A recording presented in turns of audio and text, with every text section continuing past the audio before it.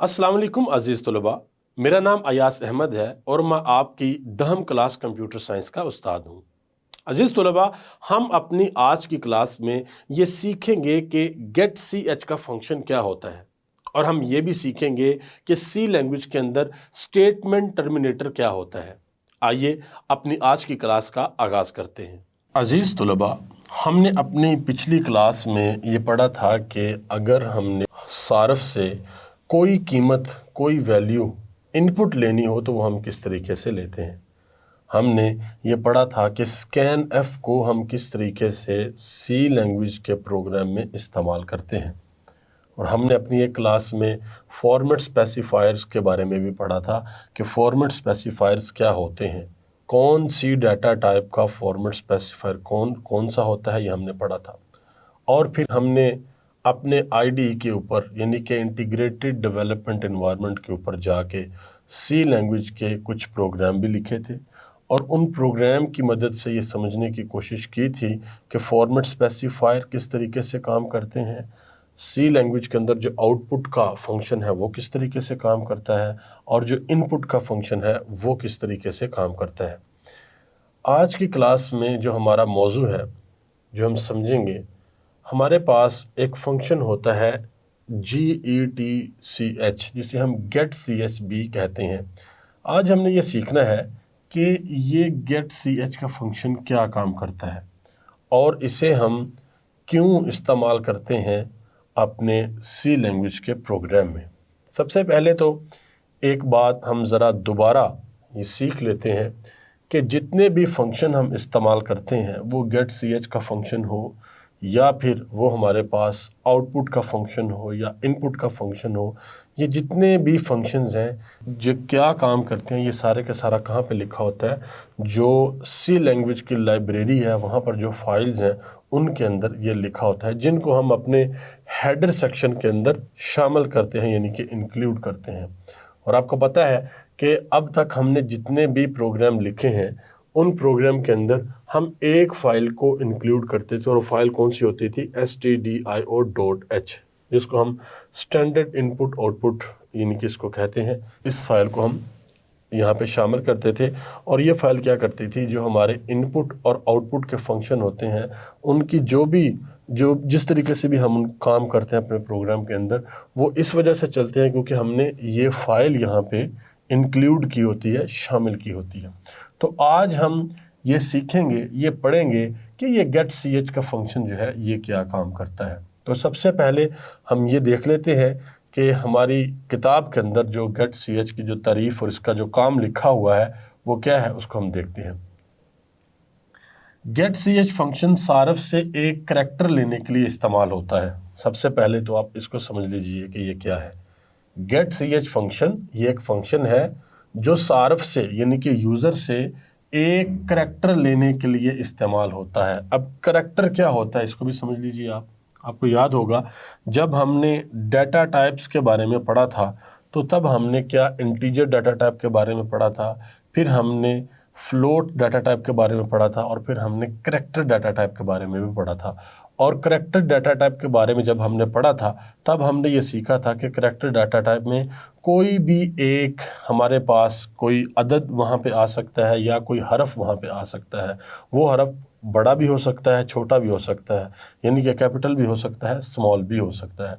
तो जो gate C H का फंक्शन है ये क्या करता है, ये यूज़र से यानी कि सारफ से एक करैक्टर लेता है। एक करैक्टर वो कोई अदद हो सकता है, वो कोई हरफ हो सकता है। वो करैक्टर क्या हो सकता है, एक हो सकता है, वो ए हो सकता है, वो छोटा ए यानी कि स्मॉल ए भी हो सकता है, वो कुछ भी हो सकता है या कोई और जो भी हमारी डाटा टाइप्स हैं उनमें से कोई भी हो सकता है। सारफ जो करैक्टर इनपुट करता है, अब इनमें से जो भी सारफ करैक्टर इनपुट करता है वो स्क्रीन पर जाहिर नहीं होता। अब ये दूसरा अहम नुक्ता है।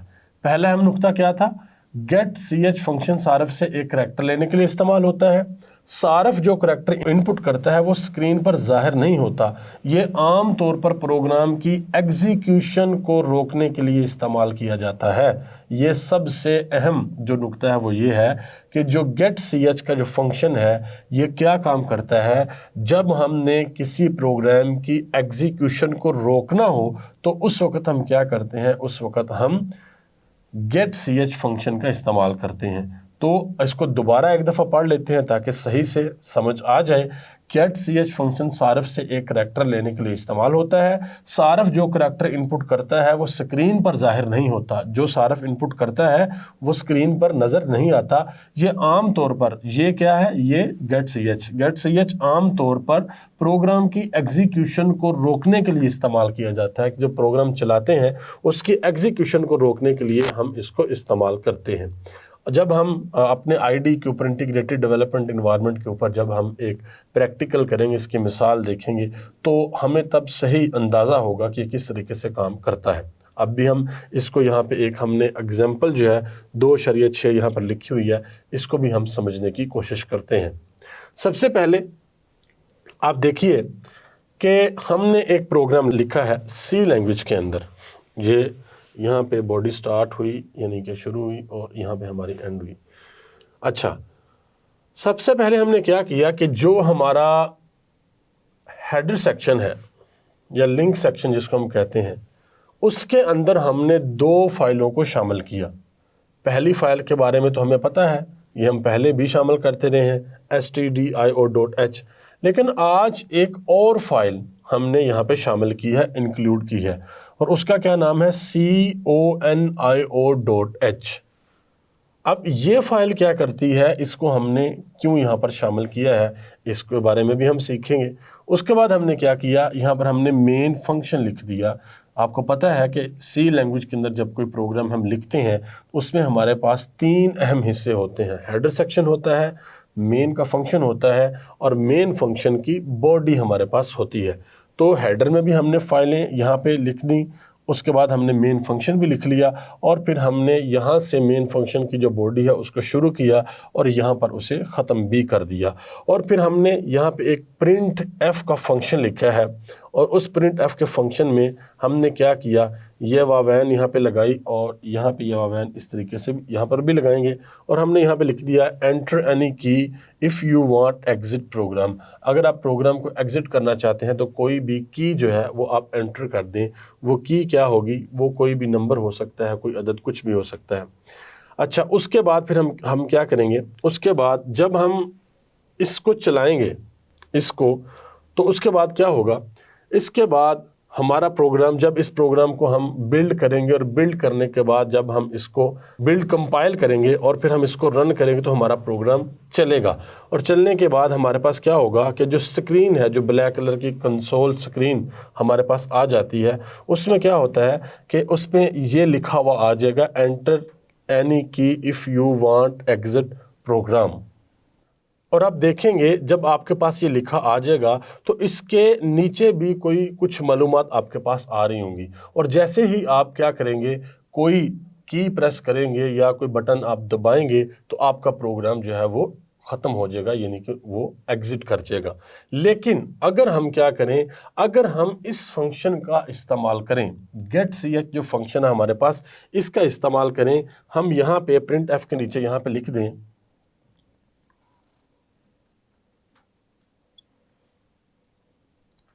तो अब क्या होगा, ये सिर्फ हमने इसको यहाँ पर ये शामिल किया getch को, प्रिंट एफ के नीचे हम इसको शामिल करेंगे और ये फिर नीचे हो जाएगा। इसको जब हम शामिल करेंगे तो फिर क्या होगा, इसके शामिल करने से ये होगा कि आप जब अपना प्रोग्राम चलाएंगे, जब आप प्रोग्राम को बिल्ड करेंगे और उसको फिर रन करेंगे, तो आप देखेंगे कि आपका जो प्रोग्राम है उसकी जो एग्जीक्यूशन है उसको क्या करेंगे, आप उसकी एग्जीक्यूशन को रोक लेंगे। ऐसा नहीं होगा कि आपका प्रोग्राम जो है वो पूरे का पूरा एग्जीक्यूट हो गया है, आप उसकी एग्जीक्यूशन को रोक लेंगे। उस वक्त तक वो एग्जीक्यूशन रुकी रहेगी जब तक आप कोई कैरेक्टर इनपुट नहीं देते उस वक्त तक वो रुकी रहेगी। आपने अक्सर जब पहले हम प्रोग्राम लिखते हैं तो आपने देखा है कि जब हम प्रिंट एफ का कोई फंक्शन इस्तेमाल करते हैं तो प्रिंट एफ का फंक्शन इस्तेमाल करने के बाद अगर हम अपने प्रोग्राम को कंपाइल करें यानी कि बिल्ड करके चलाएं तो जो भी हमारी आउटपुट होती है वो नज़र आ जाती है और फिर उसके नीचे एक और भी हमें मालूमात नज़र आती हैं। लेकिन जब आप गेट सी एच का ये फंक्शन इस्तेमाल करेंगे तो क्या होगा, आपको सिर्फ ये नज़र आएगा और इसके अलावा कुछ नज़र नहीं आएगा। उसका मतलब क्या होता है कि आपका जो प्रोग्राम है उसकी जो एग्जीक्यूशन है उसको रोक लिया गया है, या फिर इंग्लिश में हम ये कहते हैं कि उसको होल्ड कर लिया गया है, उसको पूरा एग्जीक्यूट नहीं होने दिया गया। वो जो एग्जीक्यूशन है वो कब होगी, कब कंप्लीट ख़त्म कब होगी, जब आप करैक्टर इनपुट देंगे। जैसे ही आप करैक्टर इनपुट देंगे तो आपकी जो एग्जीक्यूशन है वो क्या हो जाएगी, वो आपकी एग्जीक्यूशन मुकम्मल हो जाएगी। अच्छा, इसके बाद इसको हम बड़ी तफसील के साथ अपने आईडी के ऊपर भी समझेंगे, अपने एक क्लास के अंदर, अगली क्लास के अंदर समझेंगे। उसके बाद आज जो अहम चीज़ हमने पढ़नी है वो है स्टेटमेंट टर्मिनेटर। हम सीखते हैं कि स्टेटमेंट टर्मिनेटर क्या होता है।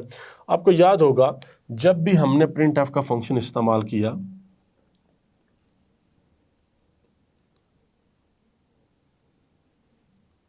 तो हम हमेशा ये जो सेमी कोलन है इसका इस्तेमाल ज़रूर करते हैं। सी लैंग्वेज के अंदर जब हम सी लैंग्वेज के अंदर कोई प्रोग्राम लिखते हैं तो सी लैंग्वेज के अंदर आपको पता है कि जो प्रोग्राम है वो एक तरतीब के साथ चलता है। हमारे पास लाइंस होती हैं, यानी कि लाइन नंबर 1 2 3 4 5 6 7 8 इस तरीके से जो हम मेन फंक्शन की बॉडी में लिखते हैं। तो जब सी प्रोग्राम की हम एग्जीक्यूशन करते हैं, उसको जब हम चलाते हैं तो वो किस तरीके से चलता है, सबसे पहले पहली लाइन चलती है, फिर दूसरी, फिर तीसरी, फिर चौथी, फिर पांचवी, इस तरीके से। तो जो हर लाइन है हमने सी लैंग्वेज में बताना होता है, हर लाइन को हमने ख़त्म भी करना होता है, यानी कि क्लोज़ करना होता है। तो उसके लिए हम क्या करते हैं, हम हर लाइन में कोड लिख के तो फिर उसके आखिर में स्टेटमेंट टर्मिनेटर का इस्तेमाल करते हैं कि ये स्टेटमेंट या ये हदायत हमने लिख दी और फिर इसको टर्मिनेट करना है, इसको यहाँ पे ख़त्म करना है। तो उसके लिए हम ये जो स्टेटमेंट टर्मिनेटर है ना, इसका हम इस्तेमाल करते हैं, जिसको यहाँ पे हमने बड़ा करके भी लिखा हुआ है, यानी कि ये आप देख सकते हैं, ये जो सेमी कोलन है इसको हम क्या करते हैं, इसको हम कहते हैं स्टेटमेंट टर्मिनेटर।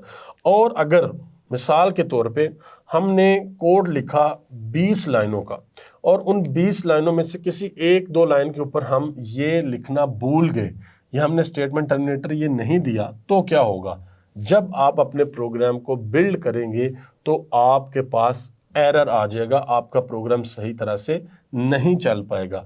तो आपने ये बात ज़हन नशी कर लेनी है अच्छी तरह से कि जो स्टेटमेंट टर्मिनेटर है ये बहुत अहम हिस्सा है आपके प्रोग्राम का। आपने जितनी भी स्टेटमेंट्स या जितनी भी हदायत आपने लिखनी है, आपकी हर स्टेटमेंट के बाद स्टेटमेंट टर्मिनेटर लाजमी ज़रूर आएगा। अगर आप किसी जगह पे स्टेटमेंट टर्मिनेटर नहीं देंगे तो क्या होगा, आपके प्रोग्राम के अंदर एरर आ जाएगा। आप देख सकते हैं यहाँ पे हमने ये लाइन लिखी, स्टेटमेंट टर्मिनेटर लगाया, यहाँ पे हमने गेट सी एच लिखा, यहाँ पर हमने स्टेटमेंट टर्मिनेटर लगाया। अच्छा, आप यहाँ पे एक सवाल पूछ सकते हैं कि ये मेन के बाद हमने यहाँ पे स्टेटमेंट टर्मिनेटर क्यों नहीं लगाया। यहाँ पर एक बात याद रखिएगा, स्टेटमेंट टर्मिनेटर जो है ना वो एक हदायत के बाद लगता है, ये एक फंक्शन है।